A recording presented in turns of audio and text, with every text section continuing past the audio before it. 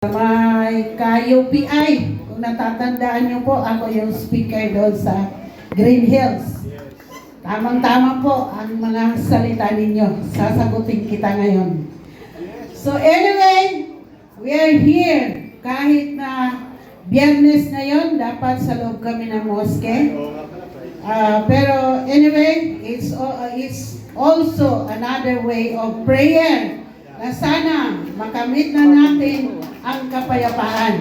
Yes! Patong mo ba kaya dito? Unang-una po, bilang Bangsamoro, wala na pong pinakamasakit na naranasan sa Marcos Sr.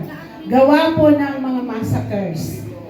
Isa po dyan yung naka-green, ng President ng Mothers, Ate Pres Zoraida. Ayan. Pres Zoraida. Nanggaling yan sa bundok noong panahon na may libingan kami na sobra 3,000 na bangkay sa isang libingan lang. Siya po ay nakatakas sa taas ng bundok at walang kinakain kundi mga balat ng puno, yung saging na binabayo yung katawan niya para lang makaraos sila. Ang mga babae ginahasa, marami po, Manili Massacre. Pero, during the Unity, nagkaisa po tayo. Dahil si Pipi Sara, nagkaisa. Kami po ay muling sumang-ayon. Baka, iba. Kasi sa Islam po, sabi nila, a fault of father is not a fault of son. Pero nagkamali tayo, mas masahol pala. So, heto po kami, naninindigan, simula pa Unity, magkakasama tayo.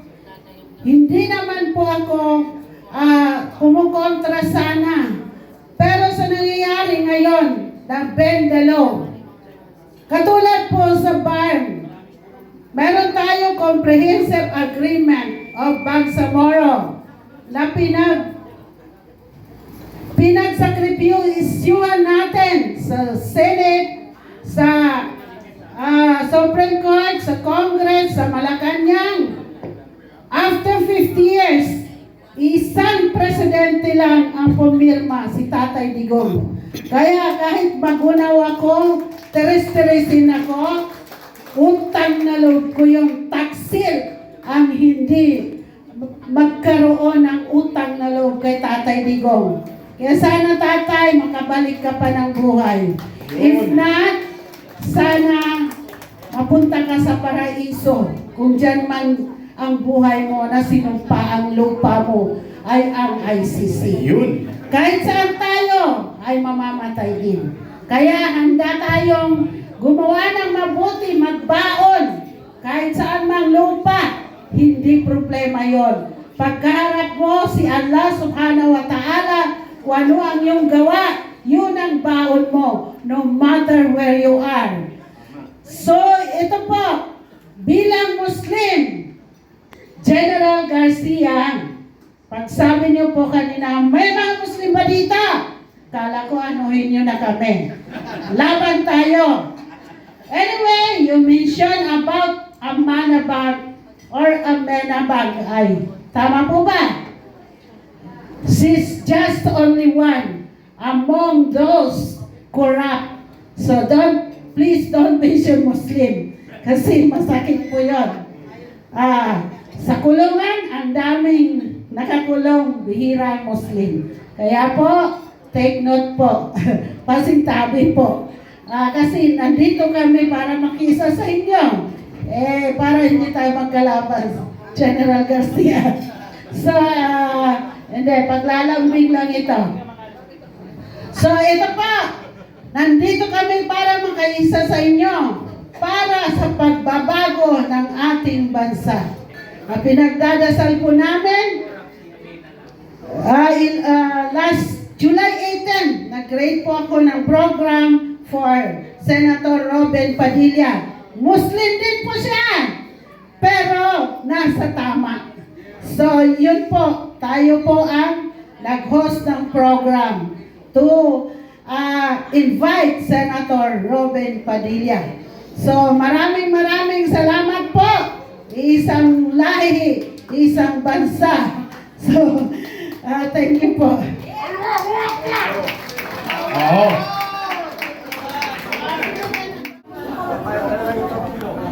Tatya Hao, Agoy.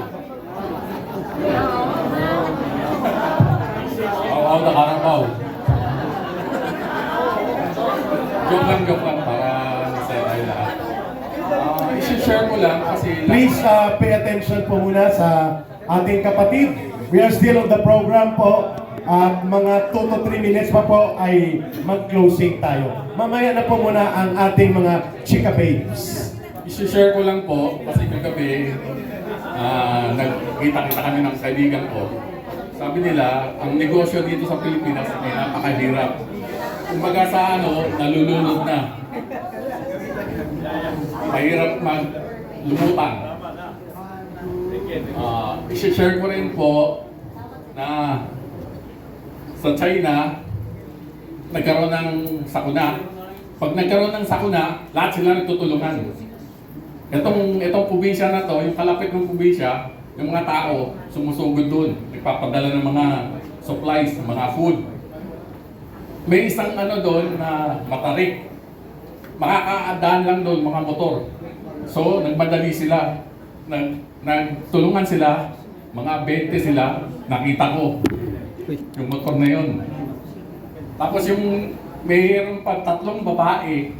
Naglakad lang. Mano sila. Nakita ko yung litrato nila, puro putik. Pero nilusok nila. Sana tayo ganun din. Pagka-miss ako na magtulungan.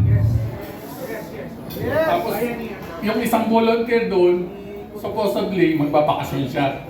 29 years old. Pero, yung narinig niya, tinigil niya yung bakasyon niya. Tumulong siya. Sa sobrang hirap, kinabukasan, kunti lang pahinga, pabalik na sila, inatake siya, namatay siya. Ganon katindi ang patriotismo. Ang makabayan sila. Sana agad tayo, ganon din. Tapos, sa China, nakita ko, yung baha, nangyari yun sa Guangxi na province. Yung isang eskwelahan doon, baha. Yung mga estudyante, natrap sila doon.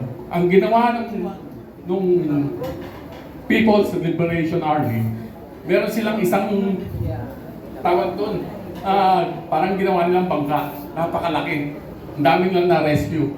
Sana yung technology niyon mapunta rito at magamit natin. Gumamit din sila ng mga drone to rescue people. Ang drone na inaano ng US, pang-digma, pang-matay, pang-destruction. Sa China, ginagamit yun, pang-rescue. Yung mga matataas na building, mga bumbero, hindi kaya abutin ng ladder, yun ang ginagamit drone. Sana dito ma-adapt din. Lahat ng mga technology na nakakatulong pang-rescue, ang pangarap ko ay magamit natin para marami tayong maligtas na tao. Yun lang po. Mabuhay! Brother Ronald Hong.